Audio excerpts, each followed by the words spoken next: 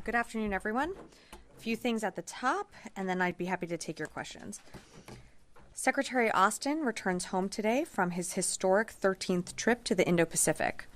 Following the Reagan National Defense Forum last weekend, he traveled to Japan for his fourth official visit to build on historic progress made among our Japanese allies and U.S. military stationed in Japan. From meeting sailors aboard the USS George Washington to meeting with Prime Minister Ishiba, this final trip was an important opportunity for the Secretary to engage on a wide range of defense activities across the alliance, to include ongoing efforts to upgrade U.S. Forces Japan to a joint force headquarters, marking one of the strongest improvements in our military ties with Japan in 70 years. We have long said that the U.S.-Japan alliance is the cornerstone for peace and security in the Indo-Pacific. And on his final trip to the region, Secretary Austin saw firsthand that the military alliance between the United States and Japan is stronger than ever. Shifting to the Middle East, the department continues to monitor the evolving situation in Syria and will work with our interagency partners and with regional stakeholders, including Jordan, Lebanon, Iraq, Turkey, and Israel. It's in our national security interest that Syria emerges from this dynamic period as a stable, secure, and sovereign state, and that the Syrian people have a say in determining what their future looks like.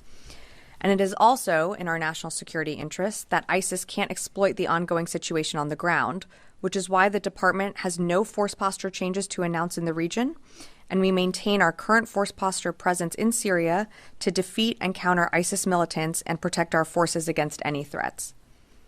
Earlier today, Secretary Austin spoke with Israeli Minister of Defense Katz.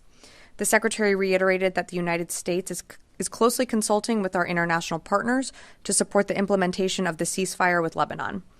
He also told Minister Katz that the United States is continuing to monitor events in Syria, supports a peaceful and inclusive political transition, and will continue the mission to prevent ISIS from reestablishing a safe haven on Syrian territory. Secretary Austin emphasized the importance of close consultation between the United States and Israel as events develop in Syria. And we should have a readout coming soon. Lastly, earlier this week, the Missile Defense Agency, in cooperation with Indo-PACOM and other DoD partners, successfully conducted a live intercept of a ballistic missile target, marking the first ballistic missile defense test executed from Guam. During the test, the Aegis Guam system intercepted an air-launched medium-range ballistic missile target off the coast of Guam.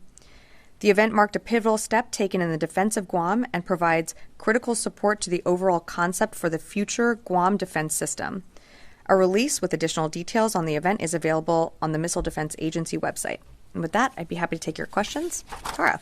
Hi, thanks, Sabrina. I want to ask first about Ukraine. There were some senior U.S. officials earlier today who warned that Russia is close to firing another Oreshnik intermediate-range ballistic missile. Can you confirm this, and also why do you think the U.S. is kind of putting this out there now ahead of a potential launch? So Putin has said publicly that Russia intends to launch another experimental Oreshnik missile, as you mentioned. It's possible that Russia could do it in the coming days. I don't have an exact date for you. I think it's important to note that should Russia choose to launch this type of missile, it's not going to be a game changer on the battlefield. It's just yet another attempt to inflict harm and casualties in Ukraine. We've seen this before. They're trying to use every weapon that they have in their arsenal to intimidate Ukraine. But of course, Ukraine, with the United States, other partners around the world, continues to have our support as they, fight every single day on the battlefield. Has Ukraine asked for any additional defenses given Russia's saber-rattling on this missile? Ukraine's priority defenses one of them remains air defenses, and that's something that we continue to flow to Ukraine, whether it be through USAI packages, like you saw the Secretary announce at the Reagan Defense Forum, nearly $1 billion in security assistance, and then, of course, through presidential drawdown packages. So air defense is one of those priority requests, and we're continuing to honor that in our commitments. And then on Syria, just one quick one. Are U.S. forces still doing partnered operations with SDF? And how has all of the different changing dynamics in the north affected those operations? So there's been no change to our partnership with the SDF when it comes to ensuring the defeat of ISIS. I don't have recent partnered raids to speak to, but you did see over the weekend Central Command take strikes against ISIS camps and leaders in the Badia Desert. But there's been no change to our work or partnership with SDF forces. We continue to work with them. General Kurilla, our Central Command commander, was actually in the region engaging with his counterparts. So that work remains ongoing. Jen. Sabrina, can you tell me what the Pentagon is doing to address this issue of drone sightings over New Jersey? It's near sensitive installations. The FBI is involved. What is the Pentagon doing? Sure.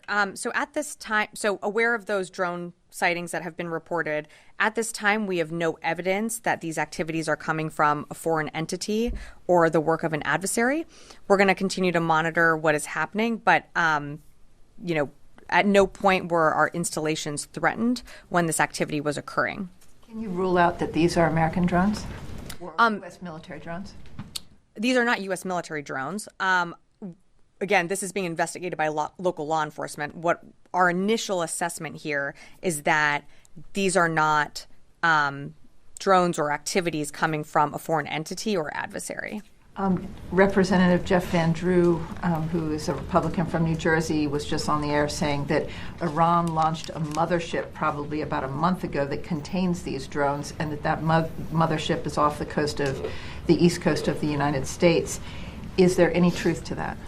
There is not any truth to that. There is no Iranian ship off the coast of the United States, and there's no so-called mothership launching drones towards the United States. Phil. Just a few questions really quick on Syria. Did General Kurilla speak to Secretary Austin before or after his trip to Syria? Can you give us any details about what he accomplished, if anything, on that trip? And then also on Syria, Reuters is reporting that the Syrian rebel leader al-Golani has said he's going to work with international organizations to secure chemical weapons sites in Syria.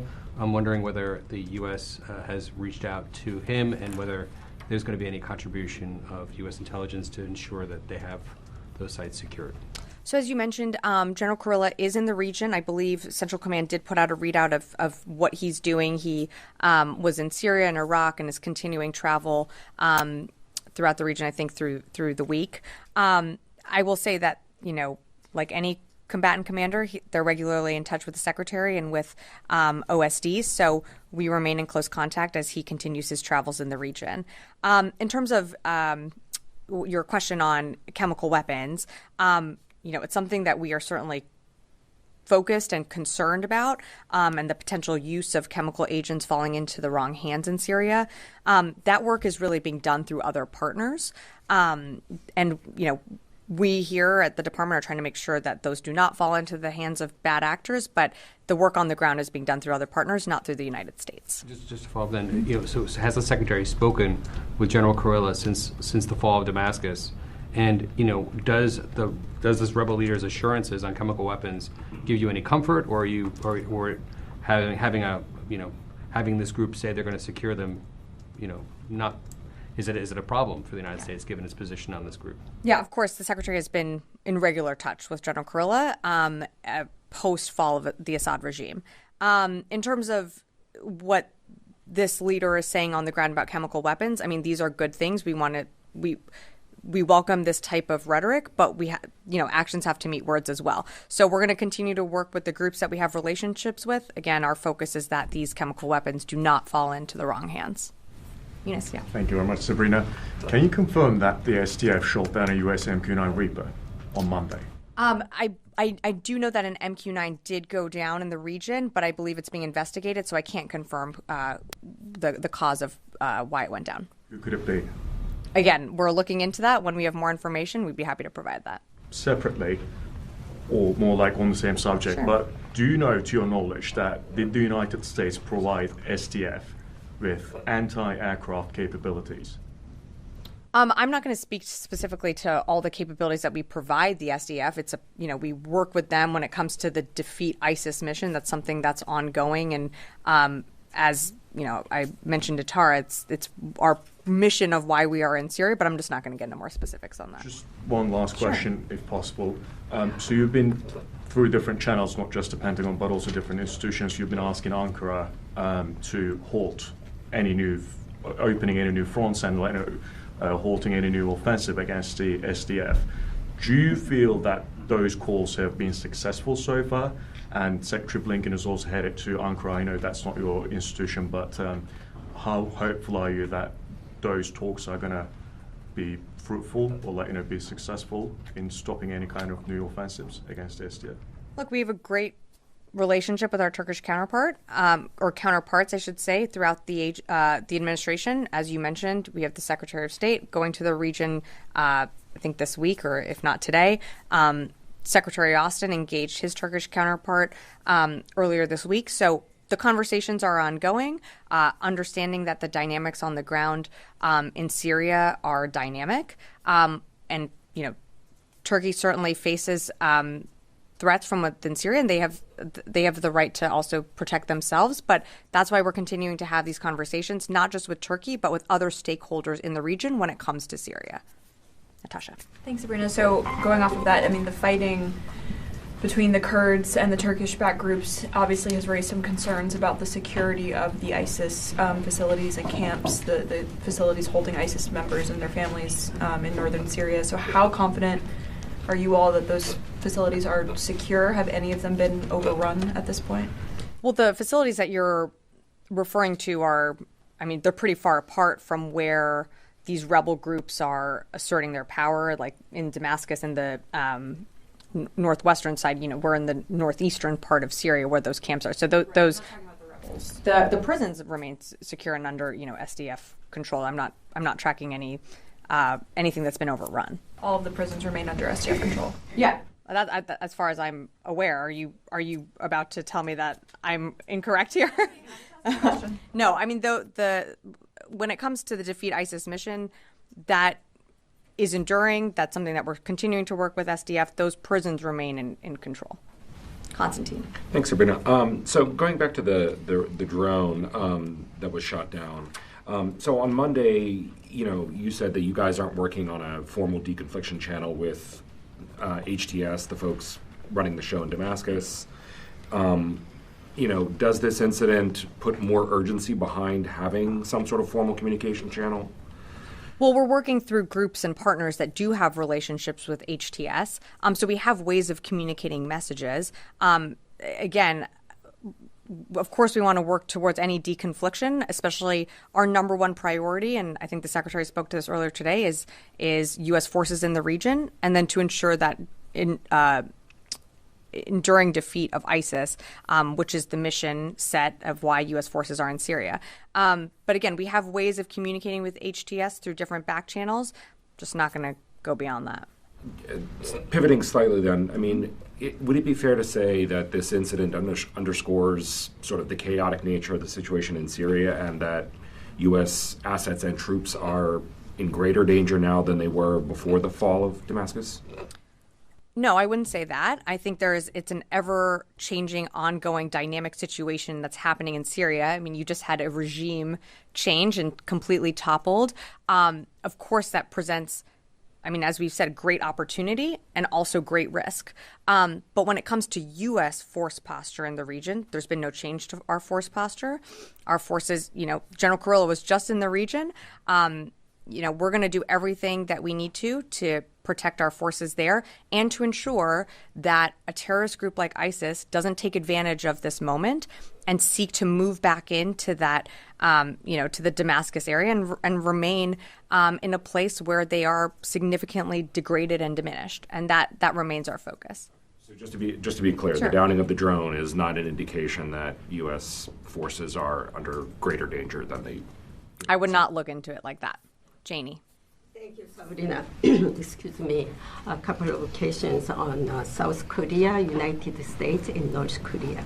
Is the Defense Secretary Austin canceling his visit to South Korea due to chaos of the lack of a counterpart?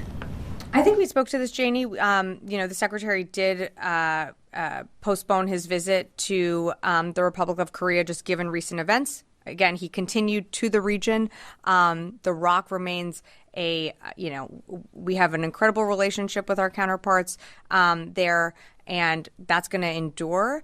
But, Right now, the secretary is wrapping up his trip to Japan. He's coming back. It was his 13th visit to the region. I think you can see the amount of emphasis that this administration and this department has put on the Indo-Pacific. Is a normal cooperation between South Korea and United States currently working?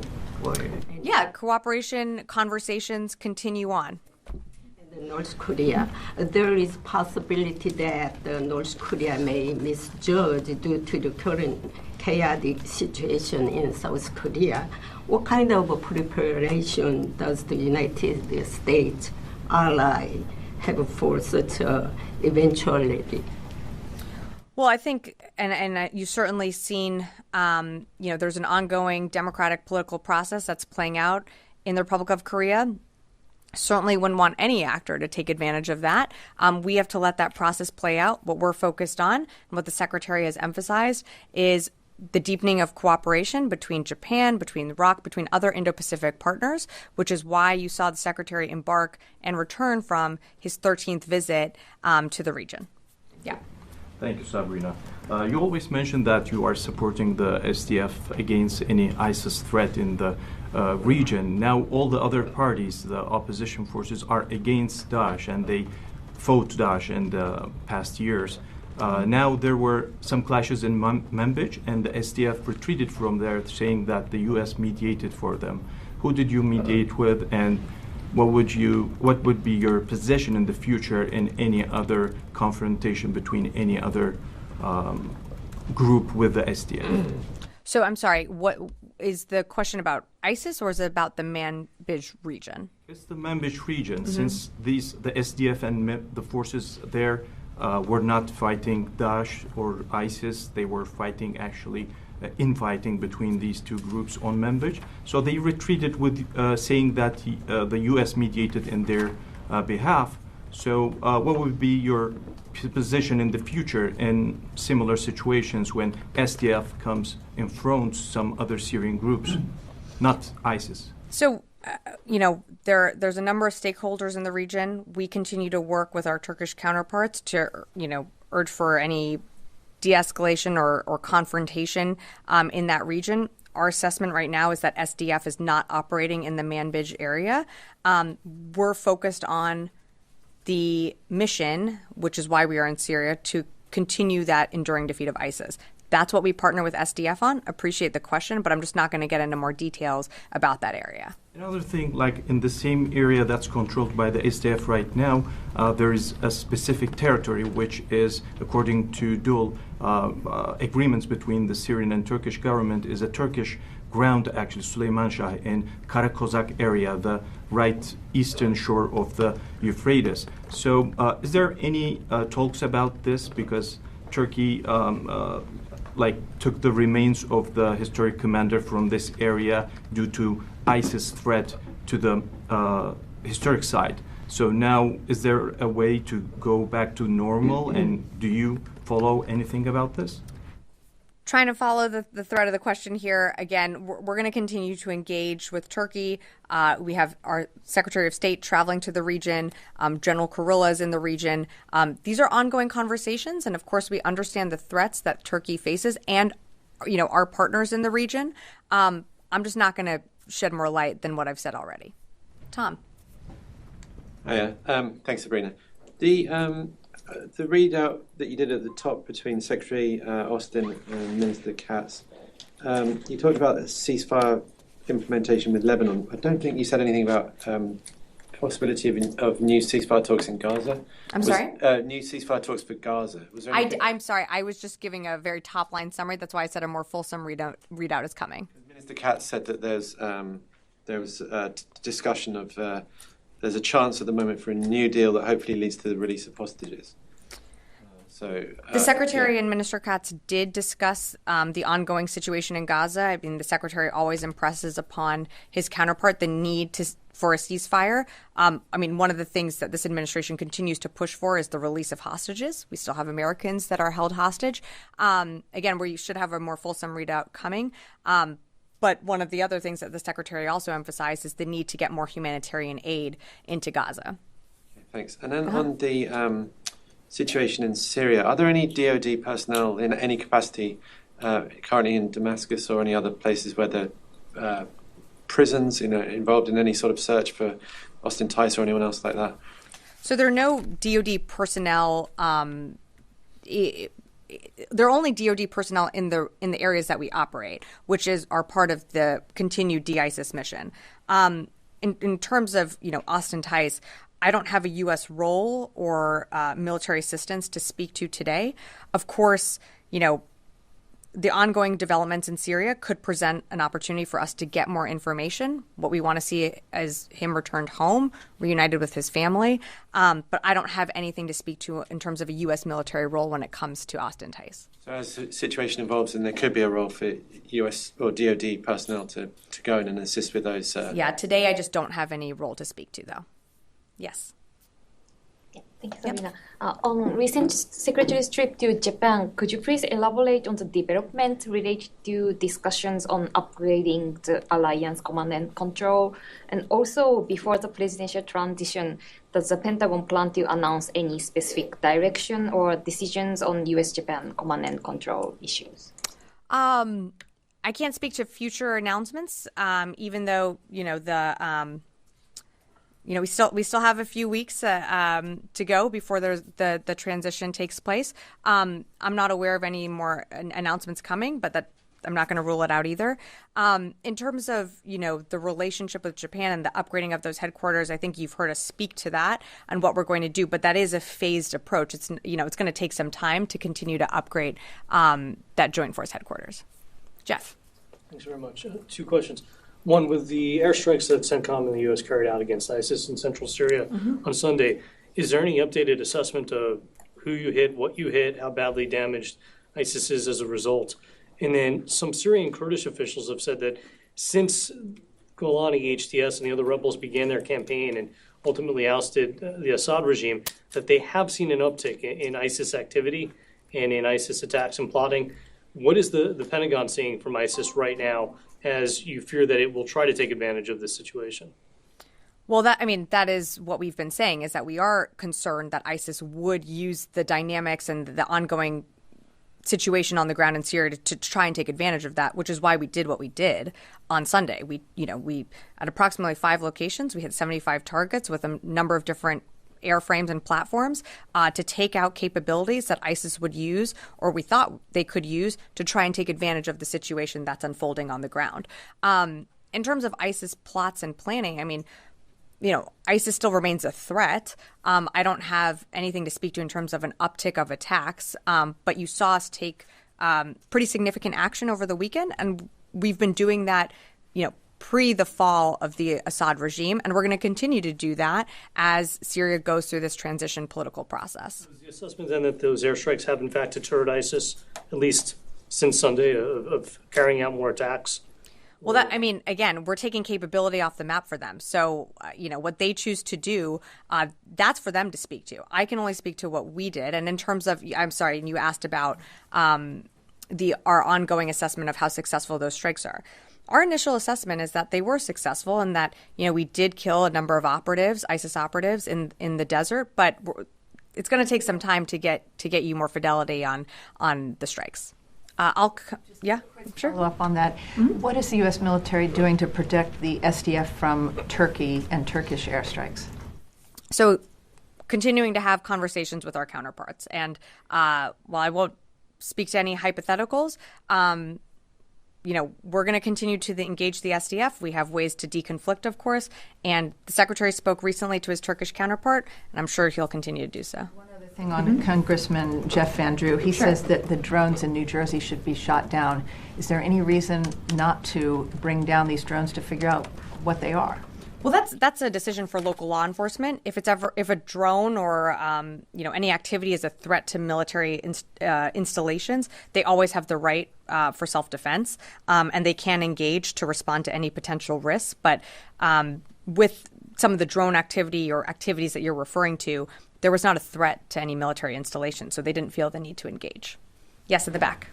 On those airstrikes over the weekend, categorically, then you're saying that the U.S. only targeted ISIS military assets. You did not target any Syrian military assets. We target the strikes over the weekend that happened on December 8th targeted an ISIS camps and leaders that were operating in the Badia Desert. And since then, you're not targeting Syria. I have no other strikes to speak to today. What support is the Pentagon giving to Israel as it targets Syrian military assets and invades Syria?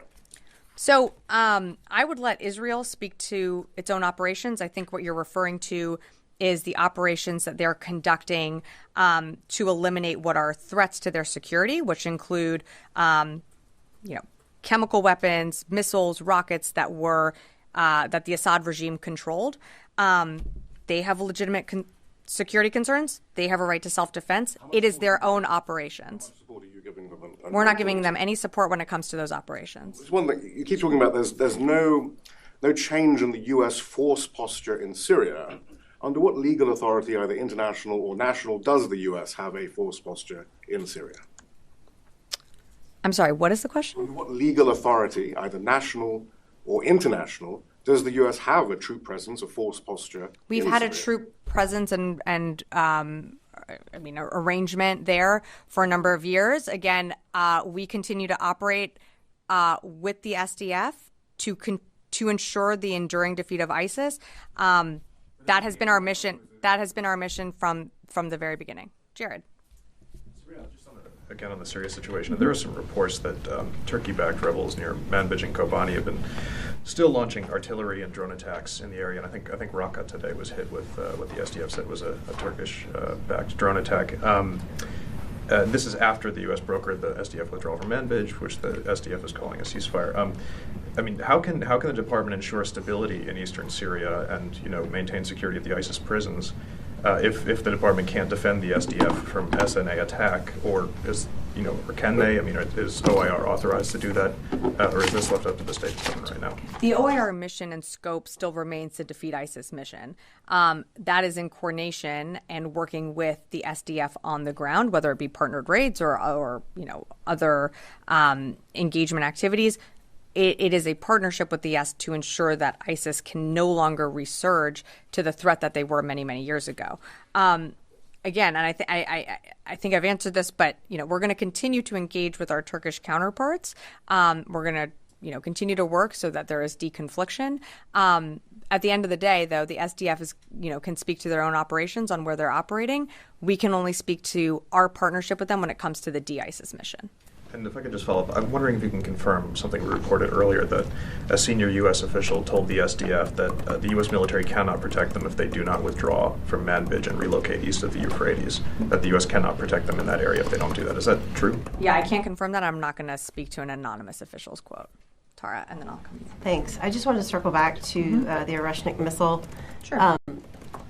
When U.S. officials discussed the potential launching earlier today, and you just discussed it at the podium, is that based on an intelligence assessment, or what's prompting kind of this early warning? Yeah, this was based on an intelligence assessment that it's possible that Russia could use this Oreshnik missile in the coming days, and so they have used this type of capability before. I know you reported on it then. Again, I think the point of us getting out this information is to also ensure that this is not going to be a silver bullet change to the battlefield. The war is going to continue, and our support for Ukraine is going to continue. Does that intelligence include any assessment of what targets it might strike? I'm just not going to be able to give you more details on that. Yes. So commercial satellite photos came out yesterday showing that the Russian Navy vacated their base in Tartus, in addition to their military air base further south. Is there any concern from the building or from y'all that the Russian Navy and the Russian military writ large are going to develop some type of basing rights for those locations? Everything looked pretty intact when they left. Is there a concern that there's going to be a relationship with the Russian Ministry of Defense and the new regime in Syria going forward from the Pentagon? Well, we don't know what the new path forward in Syria looks like. In terms of Russian assets, they just had one of their key political allies ousted. So their presence, their political prowess within the Middle East region is significantly reduced now that Assad is gone. We're seeing Russia consolidate assets, and to your point, some naval vessels leaving that area. Again, it remains to be seen what the path forward is in Syria. that is up for the Syrian people to decide. So I can't speak for what future relationships could look like, only to say that, with the fall of Assad, and Russia continue to be pulled into this, continuing their fight in Ukraine. I mean, they are clearly at a loss, and they are clearly expending more material, more capability, more people on the battlefield, and losing their, stronghold, which you just saw happen with the Assad regime falling. I mean, but those facilities weren't sabotaged. Those airfields can be used. Those ports can be used. I mean, if it was a full exit, you would expect that you'd want to deny follow-on forces to be able to use those. Well, you'd have to ask the Russians why they're doing what they're doing. I mean, what we're seeing is a consolidation of assets, including, some Russian forces leaving Syria. What they're doing with their facilities and bases, that's for them to speak to. Yeah. Thank you, madam. Two quick questions. One, this is a Human Rights Week in Washington or around the globe. When U.S. military withdrew from Afghanistan, some agreements were made, promises were made by the Taliban to the U.S. and to the U.S. military, but they are not standing up because especially against women. What role do you think U.S. military is still playing there in Afghanistan to protect those behind, especially women? I think it's pretty clear we don't have a military role in Afghanistan anymore. And second, if there is any role, U.S. military role in Bangladesh? I mean, other than, basic mill-to-mill ties. I mean, is there something more specific that you're asking about? No, because there are atrocities going on against minorities in Bangladesh, and its situation is very bad over there right now this time. Yeah, that would be, I mean, that's more of diplomatic conversations and engagements than mill-to-mill channels. I do have one question on the phone, and then I'm happy to come back in the room right here. Howard Altman, Warzone. Thanks, appreciate it. Just want to go back to the comments by Congressman Van Drew. Has the Pentagon spoken to him, or has any plans to speak to him? And is there any sense in the Pentagon that there's a frenzy, a hysteria here that's overblown in terms of some of these sightings? And has the Pentagon assessed any of them to be confirmed to be drones as opposed to aircraft or something else? Thanks, Howard, for the question. I mean, local law enforcement, FBI is conducting an investigation and looking into this. I mean, there's initial assessments are that these are drones and potentially, could be small airplanes. It could be a number of things that people are seeing and reporting. But again, that's, for the investigation to uncover. And so I just can't speak to that more. In terms of, a frenzy, I think it's completely right that people report these sightings and that there is an investigation into, what they are seeing. But I think what's also important to remember is that at no time were our military installations or our people ever under any threat. And if they were, of course, the base commanders have the ability to engage these drones if they do pose a threat. Can I just go one here? And If you don't know what they are, how can you say they're not a foreign adversary? Our initial assessment is that this is not the work of a foreign adversary or a foreign entity. That is our initial assessment. Yes, one more. I want to ask on the Osprey, which was reportedly grounded in the wake of a security concern. Could you share some latest development on the aircraft? And I'm also wondering how you are communicating with allies such as Japan, which has not resumed its operation. So I think you've seen, each service makes their own decisions on when it comes to the Osprey. We remain, as a department, committed to ensuring the safety of our aircraft and our platforms. And we continue to underscore that value at every single level. I think the Navy, the Air Force, and Marine Corps all make different decisions about the Osprey, and some, have implemented an operational pause. For more information on that, I'd refer you to each service. Okay. All right. Thanks, everyone.